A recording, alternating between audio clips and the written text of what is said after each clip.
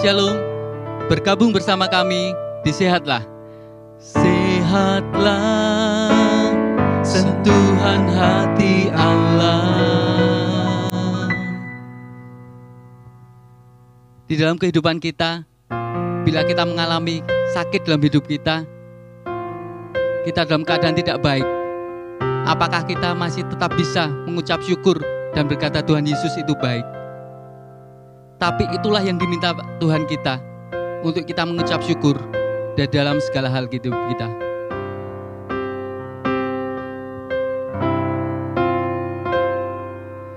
Kau hiasi kehidupanku dengan kemurahan-Mu.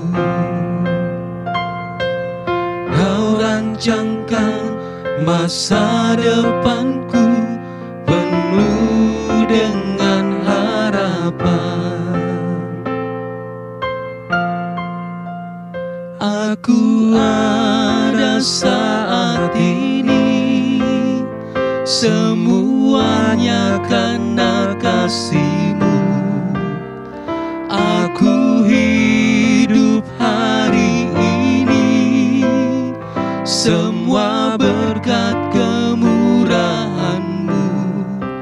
Terima kasih Yesus, Engkau sangat baik, teramat baik bagiku.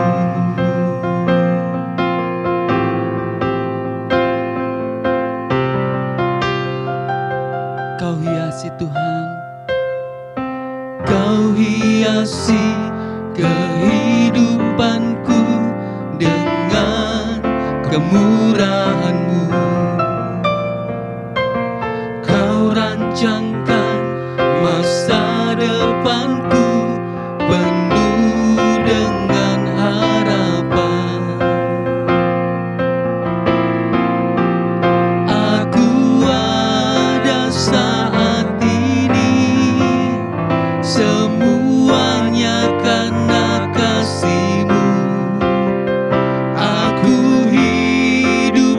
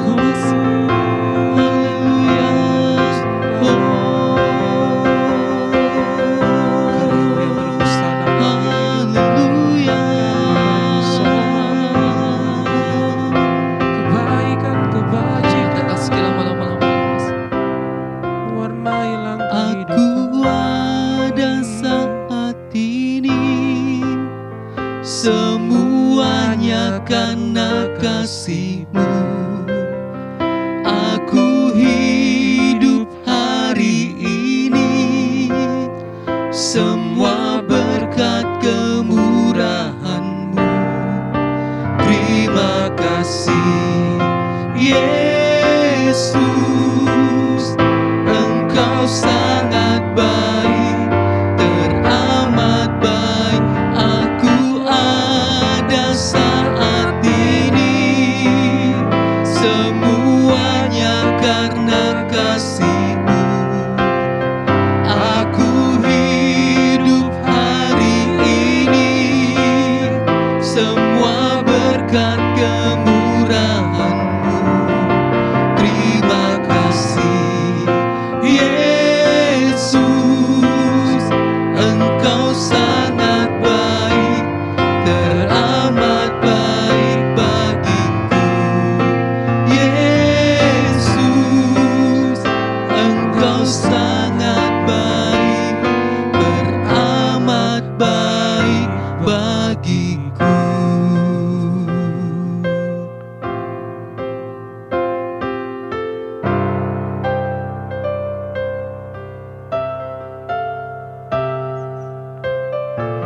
Kami bersyukur Bapa, Benar Bapak. di kesempatan saat ini, baik kami yang ada di tempat ini, maupun seberapa siaran ini bisa ditangkap dimanapun saudara-saudara kami, rekan-rekan kami berada. Kami sangat yakin Tuhan, di tempat ini Engkau ada, di tempat juga saudara-saudara kami dimanapun berada. Di situ pun Engkau ada, Engkau siap untuk memberkati kami, Engkau siap untuk menyembuhkan kami, Engkau juga siap untuk memulihkan kami. Karena janji firman-Mu, kami adalah orang-orang yang lebih daripada pemenang. Terima kasih Bapak. Sebentar kami sedikit akan dengar sharing firman Tuhan. Buka akal pikiran kami, Roh Kudus memimpin, agar supaya firman-Mu boleh tertanam, mengambil tempat yang terutama di hati kami semua dan seluruh permisa yang bisa mengikuti acara siaran ini. Bersyukur kami siapkan hati kami untuk sharing firman Tuhan bersama-sama. Dalam nama Tuhan Yesus, haleluya, amin. Iya, puji Tuhan.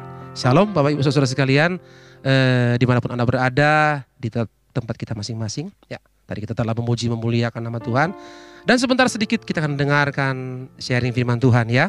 Dan saya rindu membagi berkat untuk kita semua pada saat ini, tentang bagaimana sebuah kalimat yang sering kita ucapkan juga ya.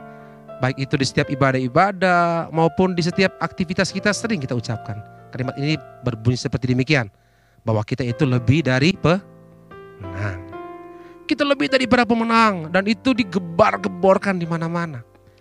Tapi kalau saya tanya secara pribadi dalam hidup kita, benar enggak sih kita adalah orang-orang yang lebih dari pemenang? Benar enggak setiap hari kita menang?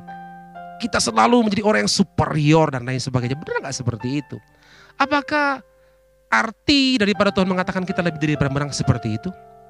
Ya, itulah sebabnya malam hari ini, saat ini kita akan melihat bagaimana sebenarnya maksud Tuhan daripada kita adalah orang-orang yang lebih daripada pemenang. Hal yang kedua juga yang sering kita dengar, bahwa katanya kalau orang yang lebih daripada pemenang seperti istrinya petinju. Petinjunya babak belur, gebak-gebuk dengan lawannya. Dia menang memang, tapi dia babak belur. Istrinya yang menikmati kemenangan, katanya istrinya yang lebih dari pemenang. Apakah memang seperti itu, rekan-rekan sekalian? Ya, malam hari ini kita akan melihat bagaimana sebenarnya maksud firman Tuhan dari seseorang yang lebih dari pemenang. Ada seorang yang sangat terkenal ribuan tahun yang lalu, raja kedua di bangsa Israel. Sudah tahu bersama ya, namanya Raja. Mungkin saudara di rumah sudah tahu dan mengatakan rajanya ialah Raja Daud. Dia begitu terkenal, dia begitu luar biasa. Dimanapun dia pergi dan dia berada, lawannya ketakutan, lawannya gemetar. Bukan karena badannya tinggi, bukan karena dia ganteng sama seperti Pak Agung ya. Enggak, dia orang biasa-biasa saja. Tingginya tidak terlalu tinggi, mungkin hampir sama seperti orang-orang Asia, sekitar 170 sampai 180 cm. Tidak terlalu tinggi, nggak seperti Saul yang rata-rata tingginya lebih tinggi sekitar 1,5 meter daripada orang Israel waktu itu. Tapi Daud biasa-biasa saja. Tapi kenapa dia begitu disenangi, disegani? Kenapa? Karena dia pernah menghadapi seorang raksasa yang sangat menakutkan di zamannya. Sudah tahu ya, namanya apa? Iya, Goliat ya Pak ya. Goliat Itu luar biasa. Goliat itu adalah panglima perang dan selama hidupnya dia tidak pernah kalah di setiap pertempuran-pertempuran. Dia menjadi panglima utama di bangsa Filistin. Dia sangat ditakuti baik kawan maupun lawan. Dan ketika waktu itu dia berhadapan dengan orang Israel selama 40 hari 40 malam. Dia menantang orang Israel. Israel, satu aja di antara kalian, ayo maju berhadapan dengan aku. Dari sejak itu tidak ada seorang pun termasuk Raja Saul dan panglimanya yang gagah perkasa, seorang pun tidak berani menghadapi Goliat. Ya. Nah, mungkin juga keadaan kita seperti itu, Bapak Ibu sekalian, teman-teman sekalian. Ada kalanya di gereja kita berkata, di tempat ibadah kita berkata kita lebih dari pemenang, tapi di dunia nyata kita sering kalah. Mungkin ada di teman-teman di rumah mengatakan dalam hati amin. Mungkin seperti itu. Dan saya juga sering mengalami hal seperti itu. Banyak hal kita kalah. Dalam kegiatan pergaulan kita, di rumah tangga, di perkawinan, di marketplace dan lain sebagainya. Kita sering kalah. Kita sering mundur. Kita sering menyerah. Padahal kalau kita di gereja, kita menjadi superior. Kita menjadi pahlawan tanpa tanding. Ya enggak? Tapi di luar sana, kita seolah-olah seperti kucing yang kena air ya. Gemetaran gitu ya. Tuhan tidak ingin kita seperti itu. Kita harus mempunyai pengalaman dan pemahaman seperti Raja Daud. Yuk kita lihat Raja Daud ya. Kenapa? Dia begitu luar biasa sehingga waktu itu ketika dia bertempur melawan Goliat dia menang. Ya, kalau saudara nanti baca di rumah ya, dalam 1 Samuel pasal yang ke-17 ayat yang ke-40 sampai ayat yang ke-50 itu panjang ya. Saya tidak akan bacakan tapi mohon teman-teman sekalian, Bapak Ibu saudara sekalian tolong baca di rumah. Di 1 Samuel 17 ayat 40 sampai 50. Itu suatu kejadian luar biasa.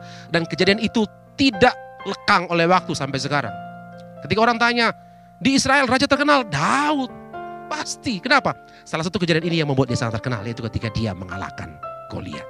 Yuk kita lihat ada hal-hal yang luar biasa yang dihadapi oleh Raja Daud ya. Untuk itu, kalau kita ingin menjadi orang-orang percaya, orang Kristen yang lebih dari pemenang, kita harus ikut apa yang telah dilakukan oleh Raja Daud. Yang pertama, teman-teman sekalian, Bapak Ibu, itu dia harus mengetahui lawannya seperti apa. Dia mesti tahu. Kalau saudara sekalian lihat dalam pertandingan tinju, sebelum mereka bertanding, beberapa bulan sebelumnya rekaman-rekaman pertandingan dari para lawannya sudah ditonton sama dia puluhan kali, bahkan mungkin ratusan kali. Mereka berembuk sesama pelatih untuk bagaimana caranya bisa mengalahkan lawannya dengan melihat dan lain sebagainya. Nah, kita juga sebagai orang percaya, kita harus punya strategi. Walaupun kita kuat, kalau tanpa strategi kita kalah. Terus sebenarnya dalam kehidupan sehari kita sering kalah, kenapa? Kita nggak punya strategi untuk mengalahkan iblis. Ada sebuah kejadian ya, di tahun 1978. Ketika seorang Muhammad Ali bertanding dengan George Foreman. Waktu itu George Foreman itu dia tidak terkalahkan selama 40 sekian kali. Setiap dia bertanding lawannya KO. Sementara waktu itu Muhammad Ali sudah beberapa kali kalah. Jadi dia underdog ya. Dia waktu itu tidak diuntungkan. Tapi ketika waktu itu tahun 1978 mereka bertanding di atas ring. Dari ronde pertama sampai ronde ke-7. Muhammad Ali membiarkan Foreman memukul dia, kedebuk, dia undur, dia mengelilingi lapangan. Dan begitu buasnya Foreman mengejar Ali ya. Sampai ronde ke-7. Lama-kelamaan akhirnya Foreman kecapean. Staminanya menurun. Memasuki ronde ke-8. Dia bangkit dengan 2-3 uppercut dan pukulan-pukulan lurus. Terkaparlah Foreman. Foreman yang luar biasa itu kalah hanya dengan sebuah strategi. Nah, kita lihat di sini apa strategi Daud untuk menghadapi Goliat. Nah, pertama, Daud mengetahui bagaimana tingginya dari Goliat. Coba kita lihat tinggi Goliat ya. Dalam 1 Samuel 17 ayat yang ke-4. Lalu tampillah keluar seorang pendekar dari tentara orang Filistin. Namanya Goliat dari Gat. Tingginya 6 hasta sejengkal. Sekali lagi. Tingginya 6 hasta sejengkal. Kalau saya perkirakan tingginya itu 6 hasta sejengkal adalah sekitar 4,5 meter. Tinggi gak Bapak Ibu? Mas Agung tingginya berapa nih Pak Agung kira-kira? 170. 2 kali Pak Agung ya. 4,5 meter tingginya. Begitu sangat tinggi, begitu kekar. Dia memegang dan dia memakai semua ketopong, semua perlengkapan senjata untuk bertempur melawan Goliat, melawan Daud. Jadi hal yang pertama yang harus kita ketahui adalah bagaimana kita harus mengetahui lawan kita ialah iblis.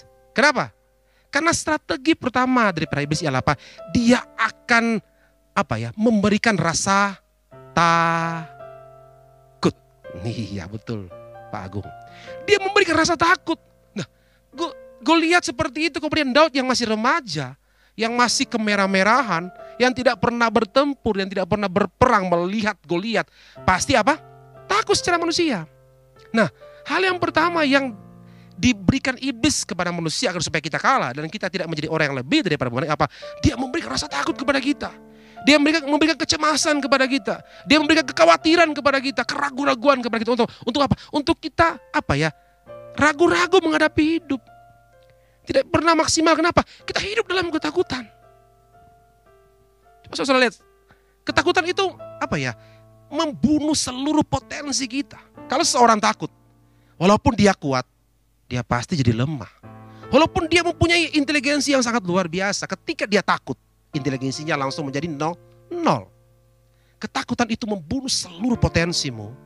Dan ketika kita menghadapi segalanya dengan takut, maka jangan mimpi teman-teman Bapak Ibu Saudara sekalian, kita menjadi orang yang lebih dari pemenang. Orang takut itulah orang yang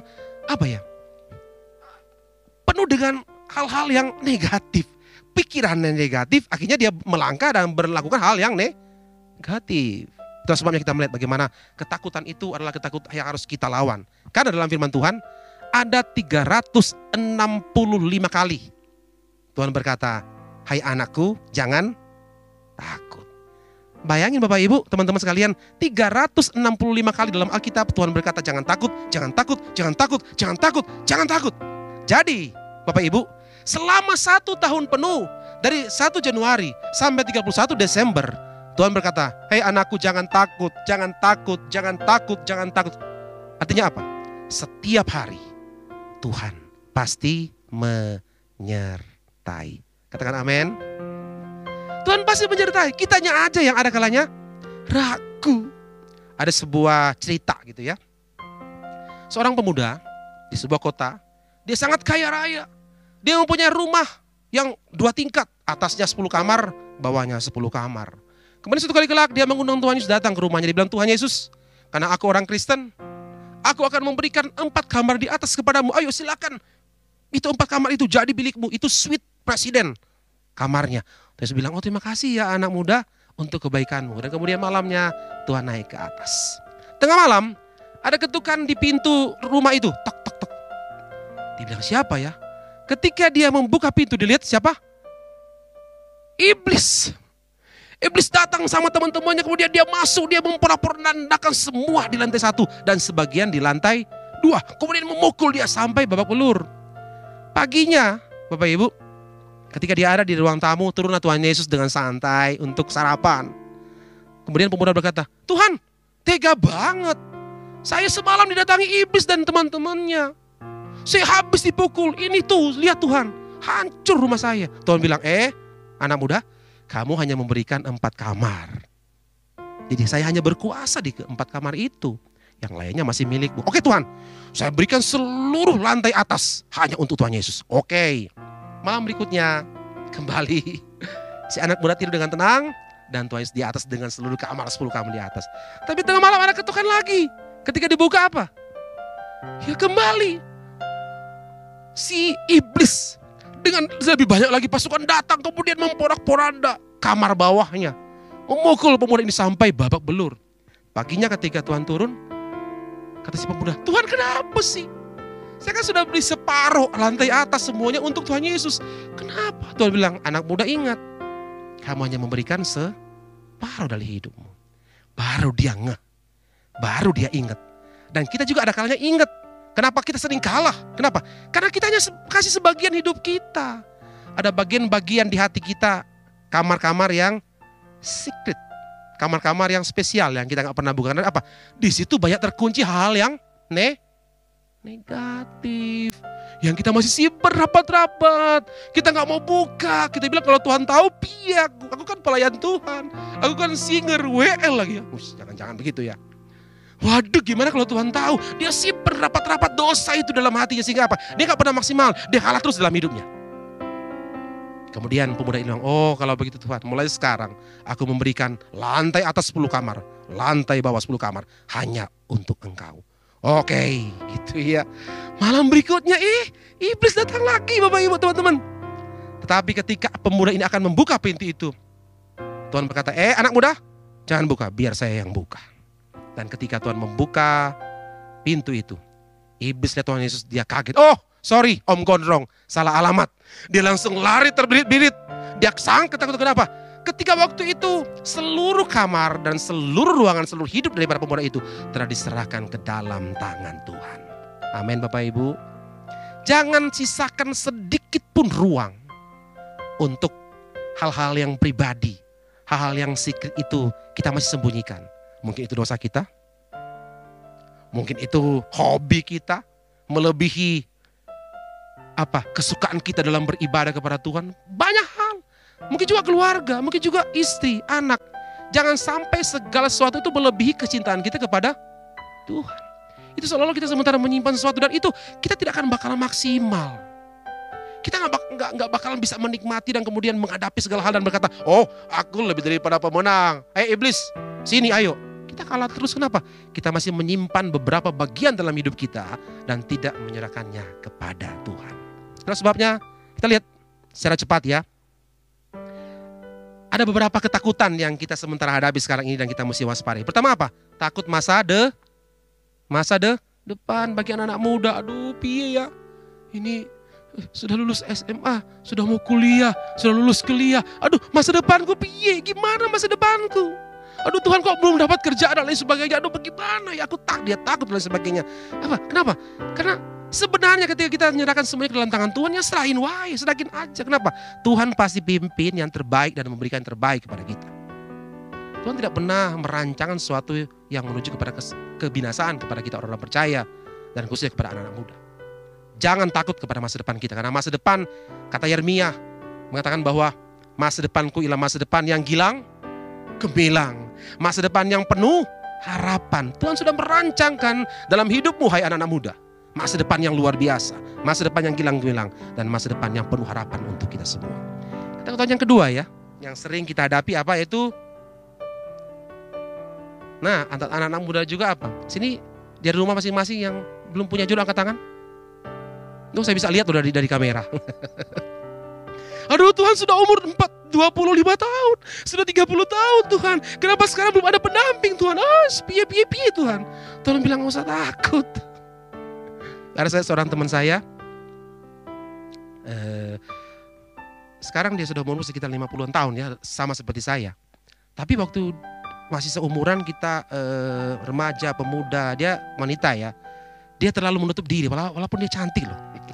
Dia menutup diri, dia dari 10 orang yang menawarkan cinta kepadanya, dia sangat pilih-pilih itu ya. Padahal semuanya baik kalau saya lihat. Anak Tuhan, percaya Tuhan, cinta Tuhan. Tapi nggak ada yang diterima, ditolak semuanya. Sampai dia berumur 40 tahun, dia selektif banget. Akhirnya saya bilang sama teman saya, umurmu piro? Lah nopo? Lah, ini buka hati dong, jangan semuanya. Gini teman-teman sekalian, ada kalian Tuhan sudah kasih yang terbaik, kitanya yang menutup hati. Ayo anak-anak muda, kita mesti lebih sensitif dan kemudian andalkan Tuhan. Jangan asal hantam kromo.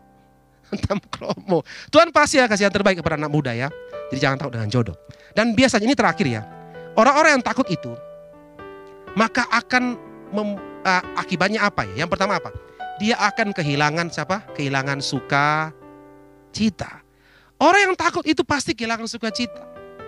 Mukanya boros. Masih 17 tahun sudah seperti 71 tahun ya. Kalau Pak Agung tuh awet muda ya. Kayak 17 tahun, padahal umur sudah berapa Agung? Sudah 42 loh. 42 tahun. Masih seperti 45. Masih seperti 17 tahun loh Bapak Ibu teman-teman sekalian.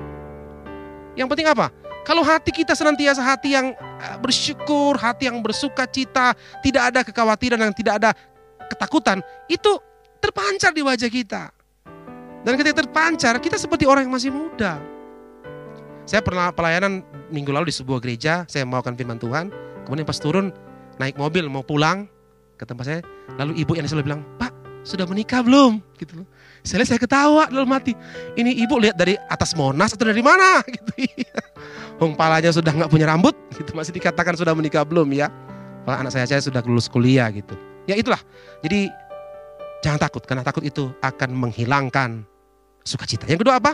Ketakutan itu membuat kita tidak tenang. Nggak tenang hidup ini kalau kita takut. Kita selalu was-was. Kita selalu apa ya? Kita selalu khawatir dan kemudian apa? Akhirnya apa? Kita menyalahkan orang lain. Dia yang salah tuh, gara-gara dia tuh, gara-gara dia apa? Kenapa? Kita apa ya? Kita tidak tenang dalam hidup. Gerasak gerusuk. Cepat mengambil keputusan. Dan kemudian akhirnya salah. Ada sebuah ayat yang terkenal, 1 Petrus 4 ayat yang ke-7 mengatakan bahwa kesudahan segala sesuatu sudah dekat. Karena itu kuasailah dirimu dan jadilah tenang supaya kamu dapat berdoa. Satu-satunya senjata untuk kita mengalahkan ketakutan apa? Yaitu apa? Kita berdoa. Amin Bapak Ibu. Masih berdoa di rumah kita masing-masing? Masih punya mesbah keluarga di rumah kita masing-masing? Atau malam kita berdoa, aminnya pagi-pagi? Mungkin seperti itu, enggak ya? Tapi ada seperti itu. Sudah lupa sama doa. Akhirnya apa? Hidup dalam ketakutan, hidup dalam kekhawatiran, sembrono, tidak tenang. Dan akhirnya apa? Dia tidak maksimal dalam hidupnya. Yang terakhir, orang yang hidup dalam ketakutan apa? Orang itu tidak dapat bersyukur.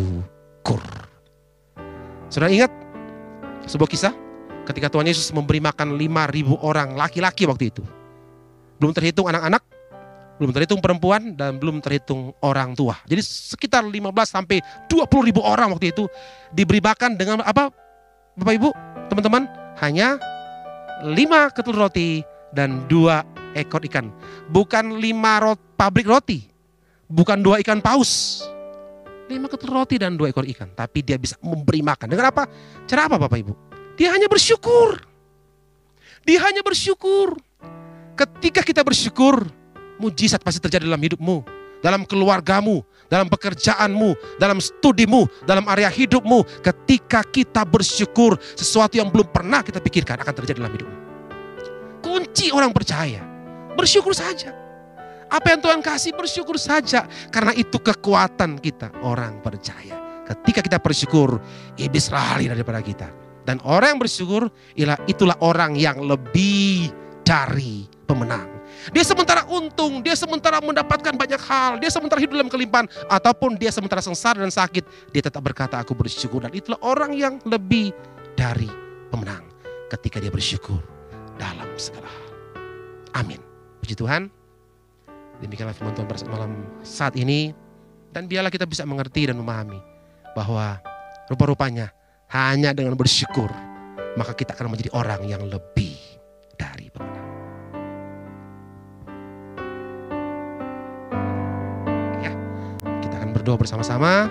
Dan bagi rekan-rekan sekalian di rumah masing-masing, ayo kita berdoa. Kita nyatukan iman percaya kita untuk kita berkata, Tuhan, mulai saat ini aku akan bersyukur.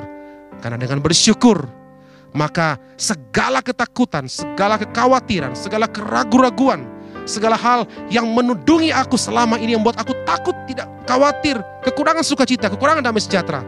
Ketika bersyukur, itu akan membuat aku lebih daripada pemenang.